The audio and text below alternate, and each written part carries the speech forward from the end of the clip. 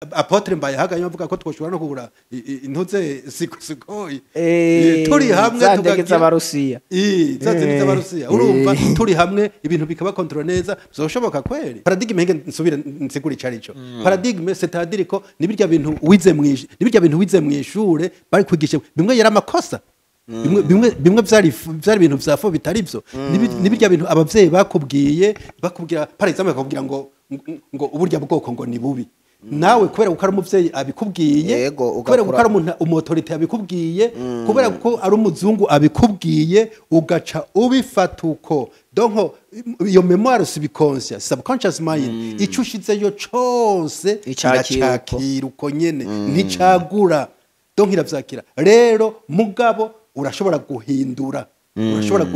ivyo bintu bagushize ugashirayo ibintu bishasha rero nuko niko dukwiye guhinduka umukuru w'igihugu yavuze ati nta fashanyo twipfuza yuko tushobora gusaba ico genda gikiye cyane 100%. Urazi kwa muri kurasaba imisi yose birababaje cyane gose gusaba umuntu kuba utunzwe n'uwundi irifo ko twimenya kandi Burundi gituma navuze ndagira urabo nkibi vyifashanyo turiko turabivamwo mbo ibijya vy'intuzeye kuri penal international twarabivuye ngo c'est pas pour nous urabona igihe barukiye bashaka kurunkira nimba ari miprobi nimba makrobi muri 2015 cyumvira aho Burundi bwabugeze twarasambagurutse gose mugabo abantu basomye bita vyarahinduye ubuzima bwabo igitabo ca mbere n'igitabo cyitwa Rich Dad Poor Dad Le Père Pauvre Le Père Riche igitabo kigira kabiri cha Robert Kiyosaki igitabo ico nabubwira ko arico gitabo ca mbere nasomye nico campinduye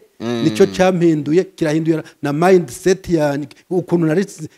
carahinduye ukuntu nari samse mbona ibintu carahinduye ukuntu nari sanzwe niyumvira igitabo kigira kabiri n'igitabo cyitwa Think and Grow Rich. Ico n'igitabo gikomeye cyane gose kikwigisha ingene kikwigisha experience z'abandi ingene bagiye barabaho ingene bagiye baraduga baciye muri education financière nyene ikigira gatatu ni The Richest Man in Babylon.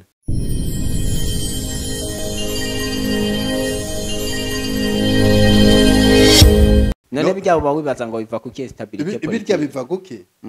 les impérialistes imbwi haze sabarundi bijya chaboneka none ntibagize misi bagemye nyereko muri Kenya none muri Congo mu Buganda ntabinyerekanye bagize legends muri Kenya ntabyo bagize yo batoreye umuti kibazo cabo gihera ningoga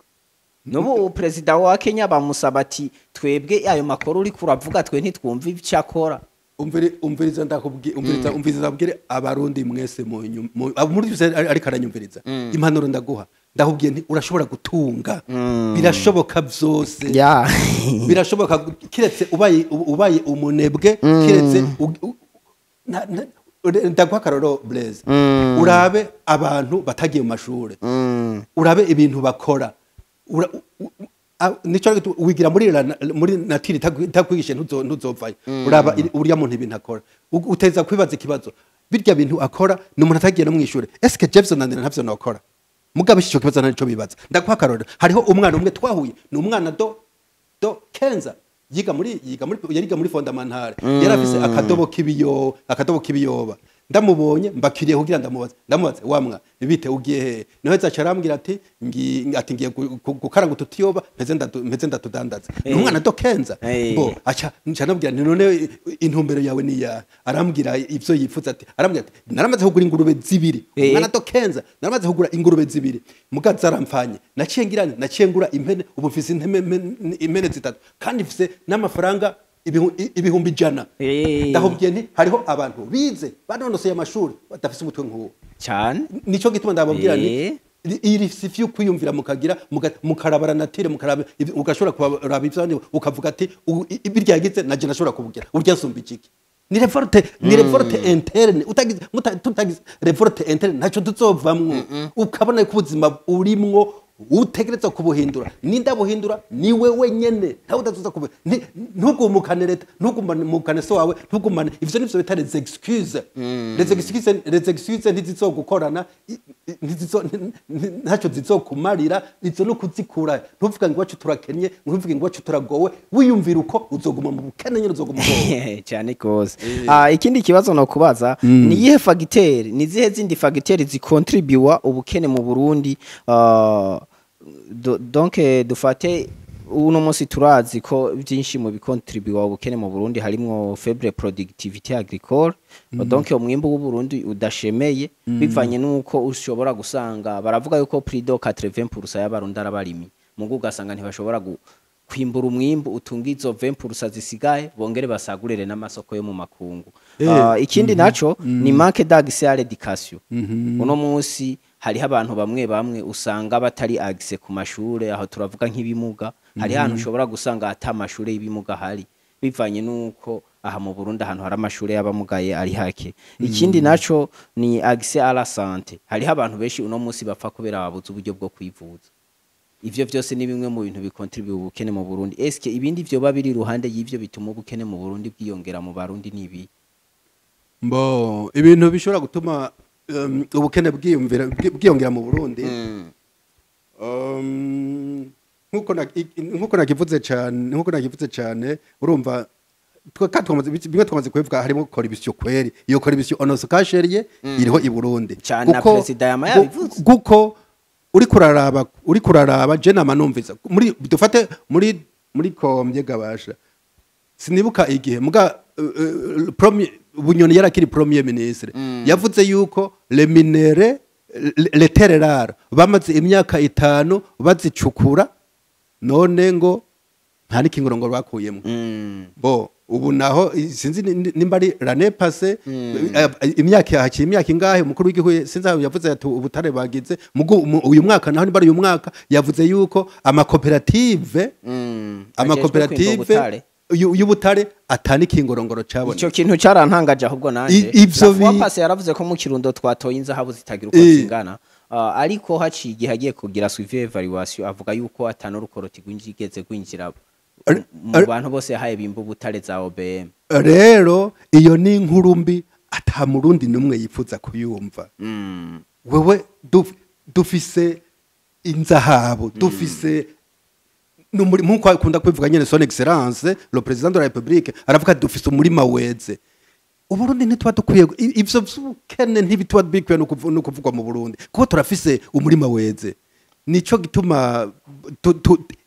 je ico nosaba kweri ro guverinema turahejeje kubatora abo bashize mu bibanza kweri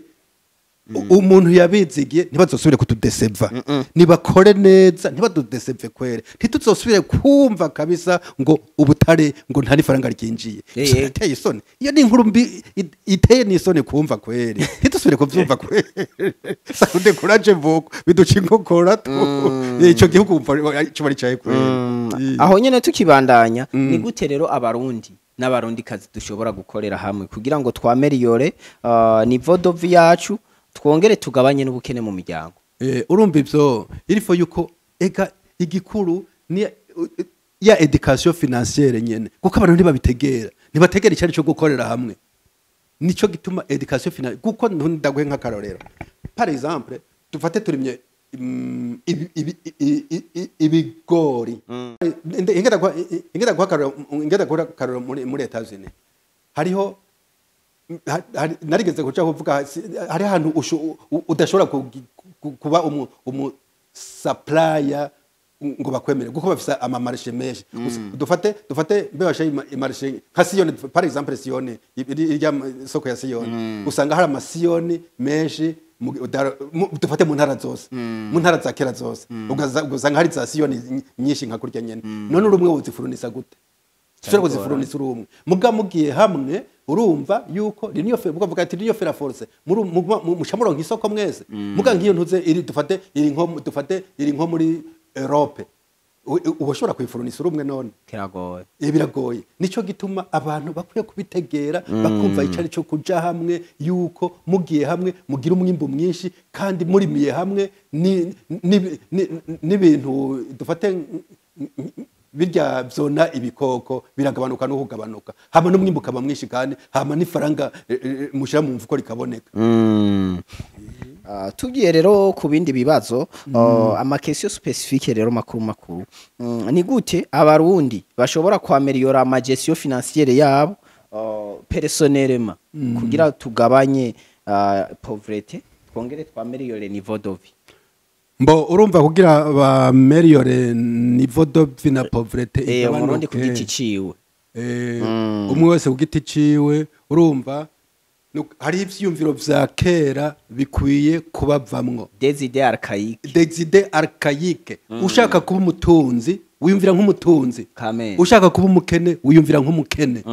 ni waba uriko wiyumvira amajambo yo ngomba kugira itandukanirizo ry'umukire n'umworo donc umukire we yiyumvira les solutions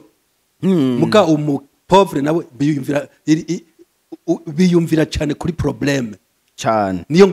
ngorane hari hanyuma umutunzi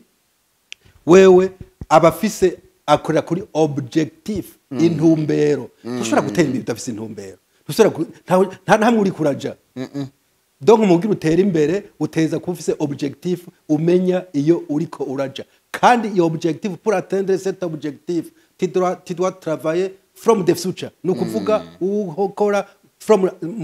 uhere muri avenir nuhera muri présent uteza gukora muri avenir qu'est-ce que cela signifie nukuvuga par exemple ushaka kuronka umurima muniniya w'amavoka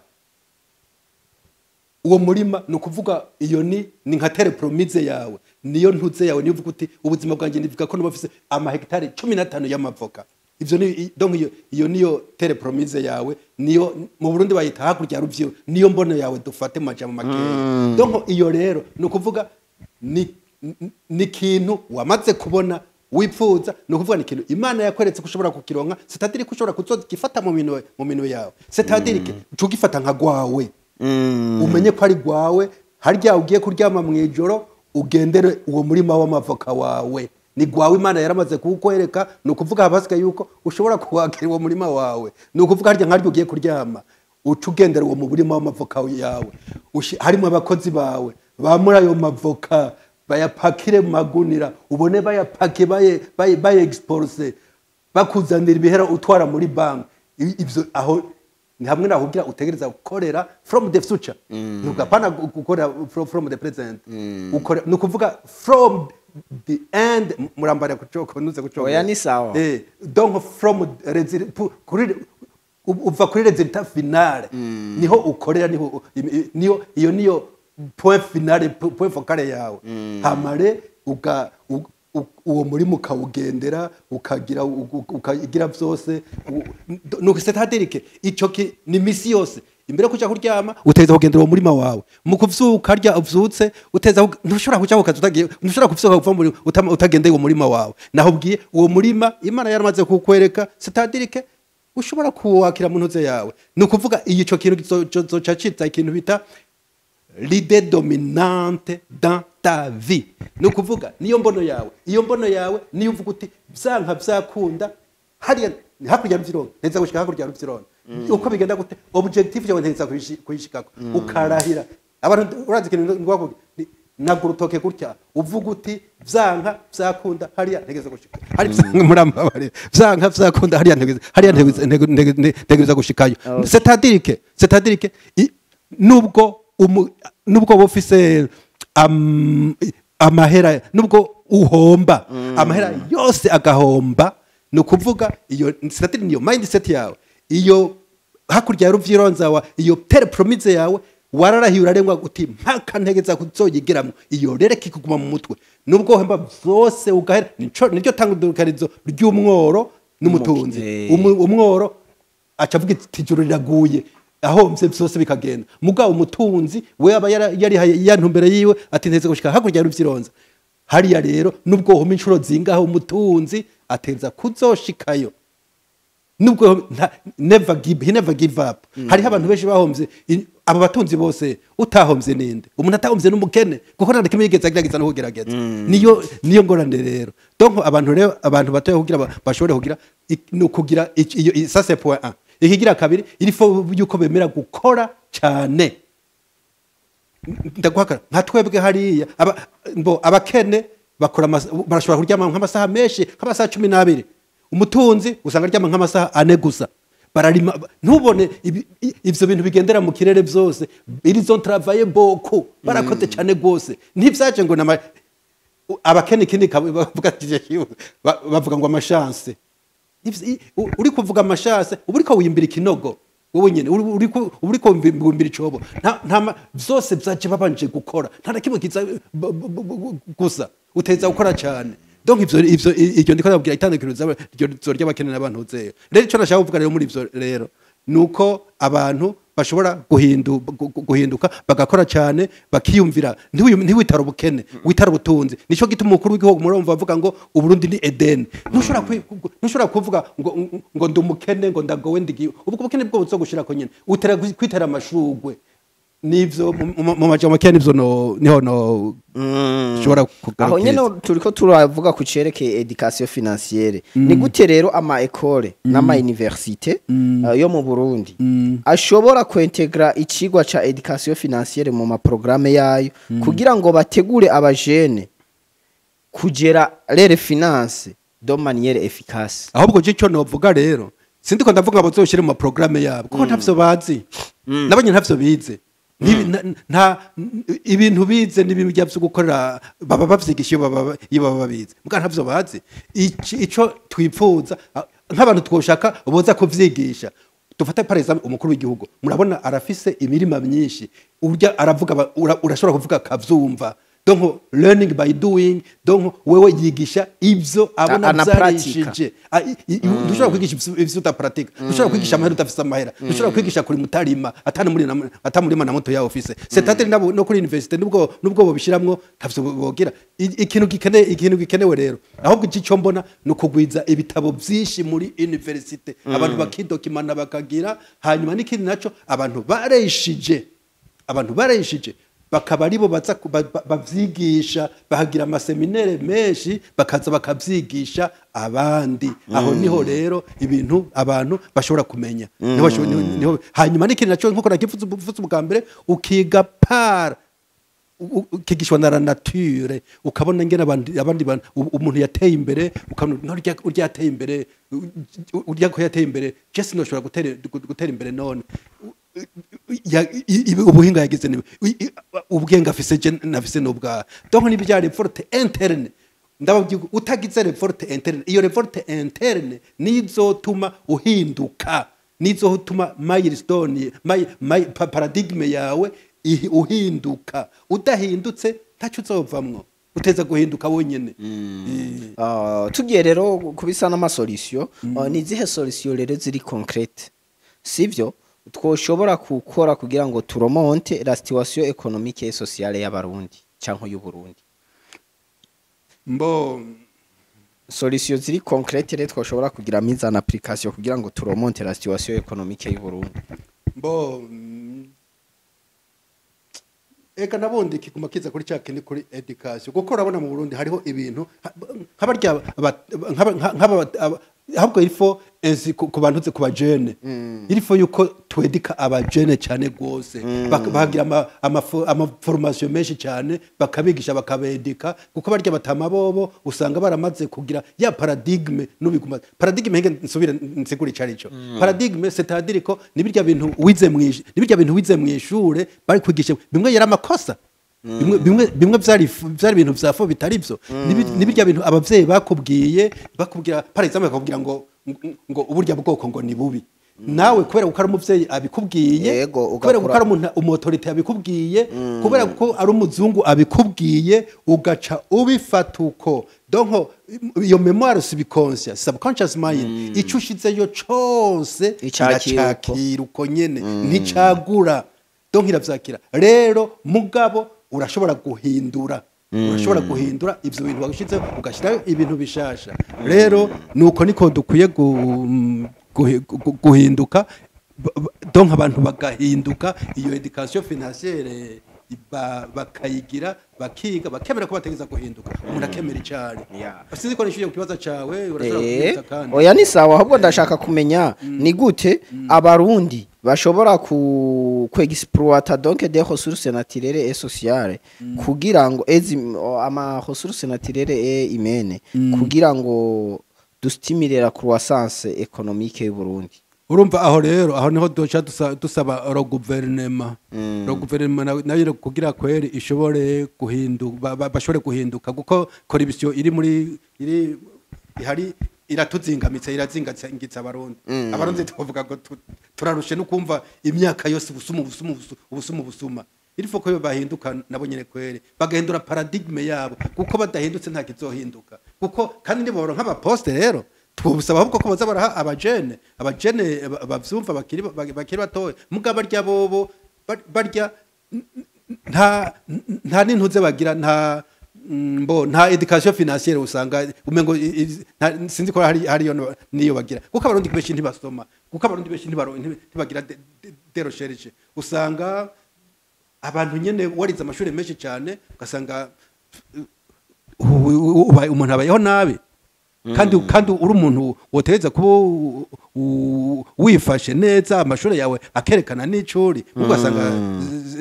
c'est pas relatif ni vyiza yuko guverinoma kwera ico kintu amanutse yoshobora gufasha kugira ngo ishobore korohereza umurundi wari we wese kugira ngo hariho mwo benshi bifuza kwiga gitera imbere natwebwe turifuza ko igihugu gitera imbere badufashe rero batworohereza ibintu byakora ibisyo babigwanye birashoboka novuga yuko usubira bahakazi abantu bananiwe umuntu yarananiwe kubera ko muhakazi none kandi hariho abandi bantu babishoboye nibahe akazi abantu babishoboye baze baragira basaba bagira ivyo bita application ugasaba akazi bakashira ama qualification y'umuntu kugira ngo ashobore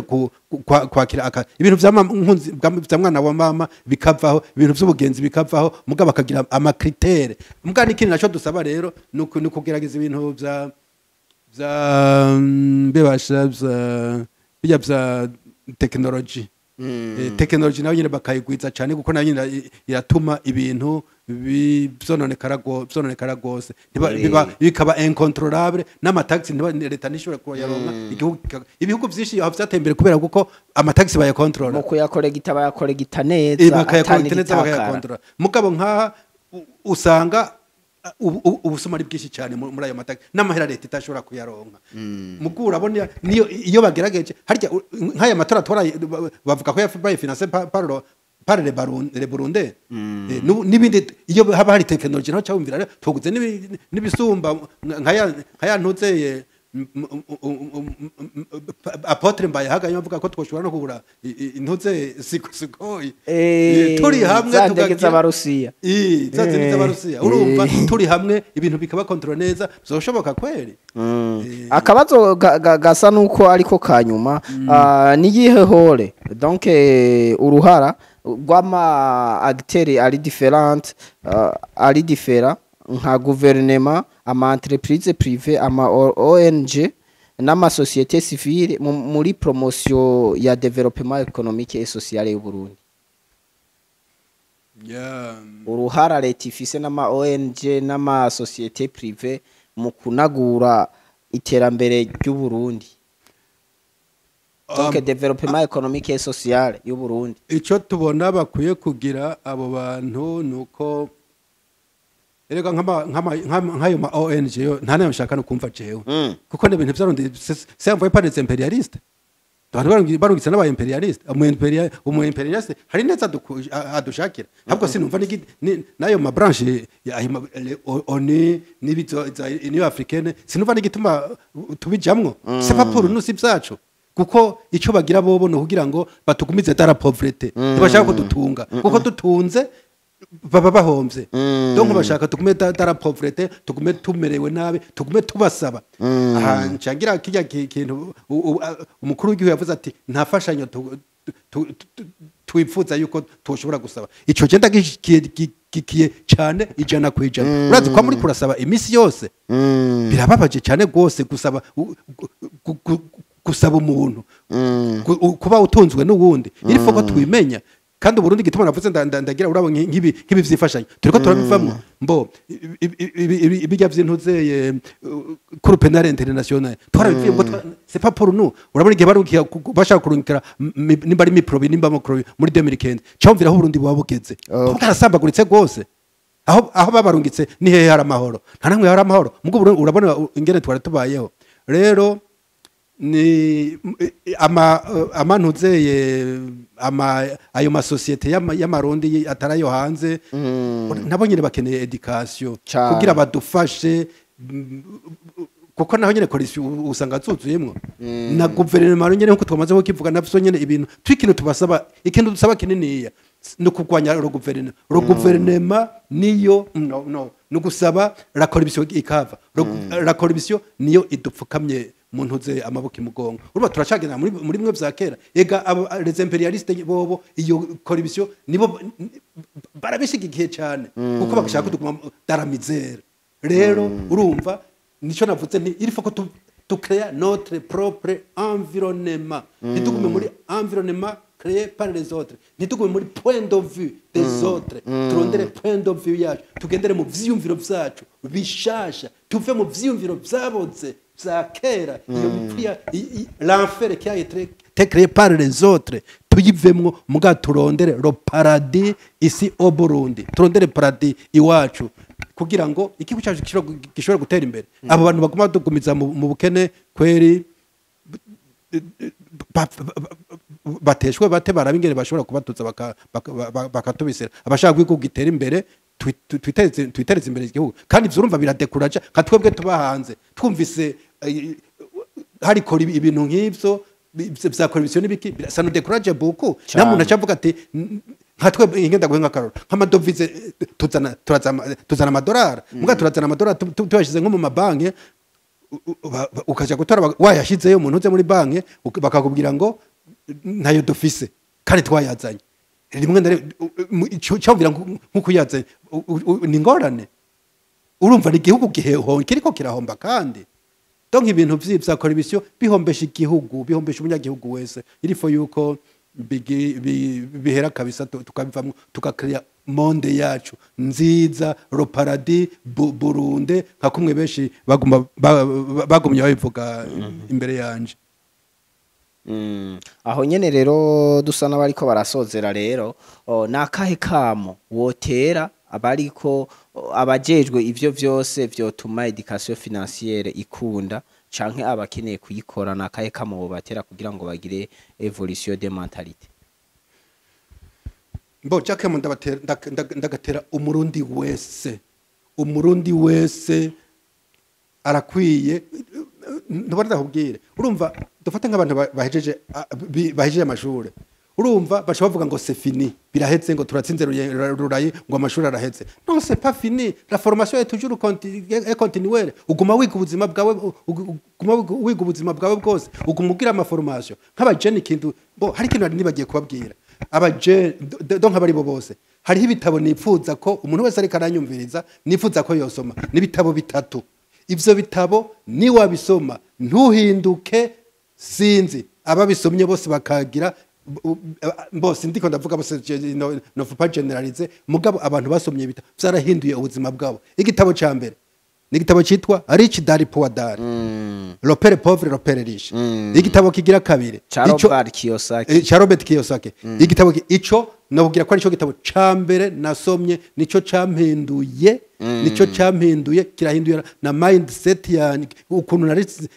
carahinduye ukuntu nari samse mbona ibintu carahinduye ukuntu nari sanzwe niyumvira igitabo kigira kabiri ni igitabo citwa Think and Grow Rich ico ni igitabo gikomeye cyane gose kikwigisha ingene kikwigisha experience z'abandi ingene bagiye barabaho ingene bagiye baraduga baciye muri education financière nyene ikigira gatatu ni The Richest Man in Babylon hanyuma ikindi nashaka kubwira abantu mu gusoma nico gituma peut-être na système ya education usanga ico cha gatatu vuze ni The Richest Man in Babylon ivyo bitabo kandi biri kuri YouTube ni free donc ni gusa iri sefi ukumviriza gusa ivyo bitabo vyose biri kuri YouTube ukumviriza gusa ivyo rero ni waba ushaka guhinduka uzobisome kandi mu gusoma ikintu no hanura abantu kirazira gusoma pour rire il faut no gusoma pour comprendre donc ivyo bitabo muzobisoma nkaje ndaguhe nk'akaroro nk'ivyo bitabo hari ivyo maze gusoma inshuro 10 fois ndabisoma ndagisubiramo le système ya learn ibintu vyose on prépare la répétition si tu ne répètes pas ntugire ngo wize urashobora kumara pages zibiri ukazimara ku munsi wose pour mieux comprendre kirazira gusimbura urupapuro utarutegereye igitabo ugisoma ngo nakimaze mu ntuzeye gisubiremwo nicyo utagisubiyemwo ntugire ngo nibaza ko utazowagitegereye ivyo bitabo nibitabahindura abantu muri ko muranyumviriza ivyo bitabo nibitabahindura ntimuzoba mwabitegereye cyane aho najewe ndafise ico notera ko kuri ivyo bitabo duhera nko kuri ico ca Poor Daddy Rich Daddy curya n'umuyapani Robert Kiyosaki kiravuga ukuntu umuntu wese w'umu-entrepreneur cyangwa umuntu wese yifuza gukora entrepreneuria akwiye gufata agakoresha amafaranga donc amafaranga akaba ari yamukorera hakuba ari we ayakorera kinaco cha Think and Grow Rich ni gitabo cy'umwanditsi yitwa Napoleon Hill ni gitabo cyanditswe muri 1937 naco ne kiravuga vyinshi wewe ya developye ibintu 13 muri ico gitabo ciwe vyotuma umuntu atera imbere cyambere harimo le désir, la foi, l'autosuggestion, la connaissance spécialisée, l'imagination, la planification, la décision, la persévérance, le pouvoir de les supprimer, le mystère de la ikinkunda kukivuga yuko ntuze sex transmutation la subconscient bimwe wamyuvuga na cerveau na sixième sens ikindi gitabo wavuze ni do Richest Man in Babylon cyo ndakibabwira naco ico The Richest Man in Babylon ico gitabo naco ikintu kinira kivuga kikwigisha kubika 10% y'ivyo wakoreye no kuvuga amahera yose uronka irya no 9% sayi wawe okay mugabo 10% ni nayo wawe uziziganye zije muri business uziziganye zije muri business no uziziganye ubanza uziziganye hama ni wamara kuziziganya uzozikoreshe zishobora kukwinjiriza amahera zizokwinjiriza ati nabana ba saving yawe nturya abana ba saving yawe no kuvuga ayo mahera uzoyakoresha kugira pour money making money no kuvuga na mahera azokwinjiriza ayandi mu gihe ubona ko atashobora kukwinjiriza ntuyakoreko kandi abantu nivyo le pretext donc le pretext abantu bama bitwaza bavuga ngo duhembwa makeya utashoboye guhembwa utashoboye kubika ayo 10% nubwo uhembwa makeya nubwo woronka 10 fois umushahara uronka ntuzoshobora kuyabika uko umushahara uterudu niko n'ubuzima utera niko n'amabezu ateraduga c'est-à-dire que no kwimenyereza ukamenya ko 10% niyo yiwawe gusa ayandi si kwawe naba no kugura impuzu kugura ibyo kurya kuriha inzu ubamwo nibiki ayurumva si kwawe nga 10% nayo wawe azokwinjiriza ayandi cyane gose ico naco cha The Richest Man in Babylon tukaba twibutsa yuko ari igitabo cy'umwanditsi twa George Clason ego naco cyanditswe muri 1926 nawe ne yaradevelopye ayo mateori wari kuravuga harimo gagner plus que vous ne dépensez, investissez intelligemment, évitez les dettes, créez des revenus passifs, gérez vos finances de manière efficace. Hariho rero nandi ma station menshi avuga MPA l'école, MPA dans business. Byose ni bitabo vyiza vyo gusoma. Hama niki ndashaka kongera ko barya abantu igitabo de Think and Grow Rich Pensez et devenez cha Napoleon abanyarwanda baragihinduye mu kinyarwanda utumva icyongereza cyo kiri mu kinyarwanda uzo kwandika Think and Grow Rich ni kinyarwanda Ebana je iki gitabo nagikunda cyane ndanagitunze waje nashima muhira mu rurimi rw'icyongereza naragisomye cyose iteme yanyinjiyemo nijya nakubwiye ivuga ivya sex transmutation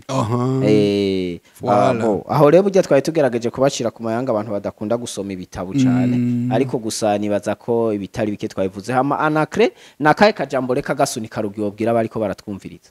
jewe nabundi ijambo nyamukuru mbwira umurundi wese gutunga birashoboka urashobora gutunga raba barya abantu ibintu bageze urabe ingene batunze urabe ivyo bagira urangene bageze unagurutoke uvuga uti birya urya muntu yagize jewe sinobigira uraba urya muntu ukorera ni waba ukorera umuntu usumvye amashuri ni waba ukora umuntu atageze vuga uti ubu buzima bwanje je ntabwo nemeye ntegeza guhinduka ibi ntegeza kubihindura ntegeza kuva muri ubuzima ça c'est pas pour moi uve muri ivyo ugire révolte intérieure iyo niyo ishobora gutuma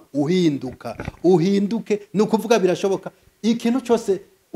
muga ikindi ntokwibagira namaze kubabwira ugire ubuzima bwa ubuhe intumbero ubuhe objectif utabuhaye objectif no tuvuga objectif vision direction ubuzima bwawe ubuhe vision utabuhaye vision nta na hamwe uri kurava uri kuraja ni nubwo woronka amahera menshi aragupfa kubusa mugo ufise vision iyo vision ibindi byose birashobora kugupfana mugabo iyo vision yawe ntizopfa uyigumeko uvuga uti iriya kuko kandi ugume wiyumvire ugume ico cyumviro cyawe ntihagire umunsi urenga utaciyumviriye ni ukuvuga ibyo wiyumvira ibyo uguma wiyumvira umwanya wose nibyo bizogushikira wiyumvira ibibi bizogushikira wiyumvira ibyiza bizogushikira nicyo gituma n'amajambo mabi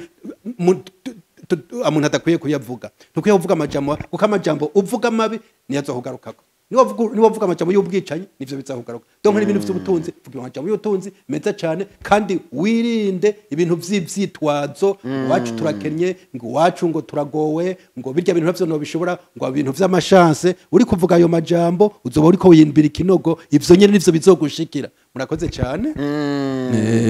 ego anacre turagushimiye twongera tubabwira ko abantu bashaka gusoma kandi ibitabo bivuga ku by'ubutunzi hariho n'ikindi gitabo cy'umwandisi yitwa Adam Smith cyasohotse mu 1776 cyitwa La Richesse des Nations naco n'ikindi gitabo ciza ku muntu wese ashaka kugira ivy'imicungire yiwe mu by'ubutunzi yoshobora gusoma naco ne n'igitabo kivuga yuko nyimba ukora akazi k'umuntu ugahembwa umushahara ukwiye gufata amwe ukayabika muri business ayandi ukaguma yakoresha gisa n'ikivuga rimwe na cakindi ca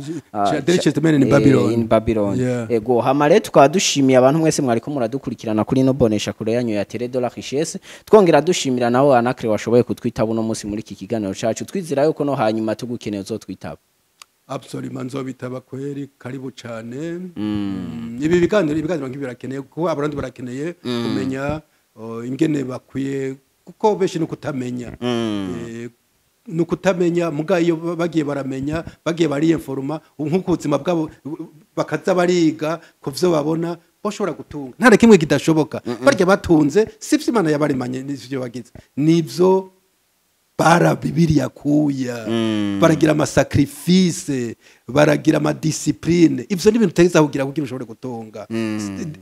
discipline sacrifice twenda nkarinda kubwire turashobora gukora amasaha hari bakora n'amasaha 28 canka bagakora amasaha 16 kugira mugabo bakavuga ati aya nzo yakora imyaka 2 gusa bizoba heze nzoba narose umutaye ukuye kugira simbadanye nkorera abari kuko ari ubundi nibara uri kuramutungisha nawe udatunze uri kuramunezereza nawe utanezerewe kubera iki utokwikorera utoraba ingene ushobora kuva muri iyo situation ubu uri mugasho mugantu ntubimenye cyawumvira umuntu no kuja kuri toilette utegeza gusaba uruhusha akosa gasho utegeza gutonda ku masaha yiwe no kurya utegeza kuvuga gutaha utayira kuma hariho nabagukoresha reserve supplémentaire ntibaguhemera kuko haragasho gasupako no kwirevolta ampedo ni ya revolte na myenda babwira singire sindabarambire nivyo ndashimye cyane gose murakoze gose